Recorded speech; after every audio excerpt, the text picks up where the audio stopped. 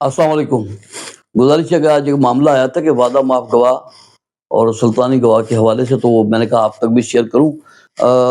कि वादा माफ़ गवाह या उसको सुल्तानी गवाह भी कहते हैं, ये कैसे बनते हैं और ये क्या होता है मामला। बाज़ औक़ात कुछ केसेस, हर केस में तो ज़रूरत नहीं पड़ती, लेकिन बाज़ केस ऐसे होते हैं जिसके अंदर कोई ऐनी शाहिद नहीं होता। किसी केस के अंदर ये होता है कि पोस्टमार्टम हुआ, पोस्टमार्टम में तबई जो उसकी जो मौत वाक़या हुई है उसकी कोई वजूहात नहीं आ सकी, पोस्टमार्टम में भी नहीं पता चल सका ये कैसे फौत हो गया। या कोई ऐसी कोई लाश है जो मिली ही नहीं, कि किसी ने मार के फेंक दिया, वो नहीं मिली, या मुख्तलिफ नोयतों के ऐसे केसेस होते हैं कि जिसके अंदर बाद दफ़ा मुल्ज़िमान के खिलाफ सबूत होते हैं लेकिन वो नाकाफ़ी होते हैं, कि जो कि सज़ा देने के लिए तो एक पूरा एक सबूत मुकम्मल एक वो चाहिए, लेकिन बाद में सबूत इतने कमज़ोर होते हैं कि उसको सज़ा होना मुमकिन नहीं लग रहा होता। तो फिर ऐसे केसेस के अंदर जो होता है, जो शरीके जुर्म होता है, उस मुल्ज़मान ने जिन्होंने वो जुर्म किया होता है, उसमें से किसी एक बंदे को जो है वो फौजदारी दफ़ा है 337, उसके तहत जो है ना उसको वादा माफ़ गवाह बनाया जाता है और उसको कहा जाता है कि भाई आप अगर वादा माफ़ गवाह बनते हैं तो फिर आपको माफ़ कर दिया जाएगा।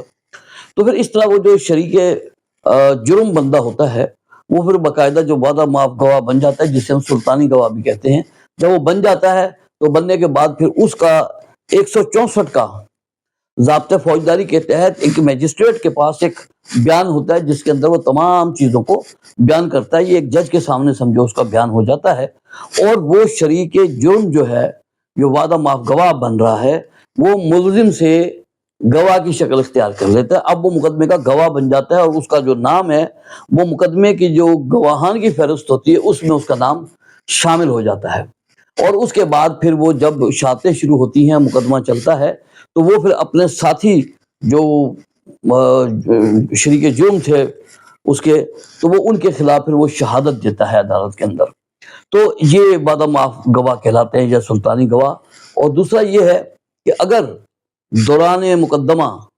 वो शहादत को छुपाता है या वाक़यात को बयान नहीं करता और कोई झूठ बोलता है या किसी बात को छुपाने की कोशिश करता है, तो अगर डिस्ट्रिक्ट अटॉर्नी एक ये सर्टिफिकेट दे दे लिख कर कि इस वादा माफ़ गवाह ने हकाइक को छुपाया है, झूठ बोला है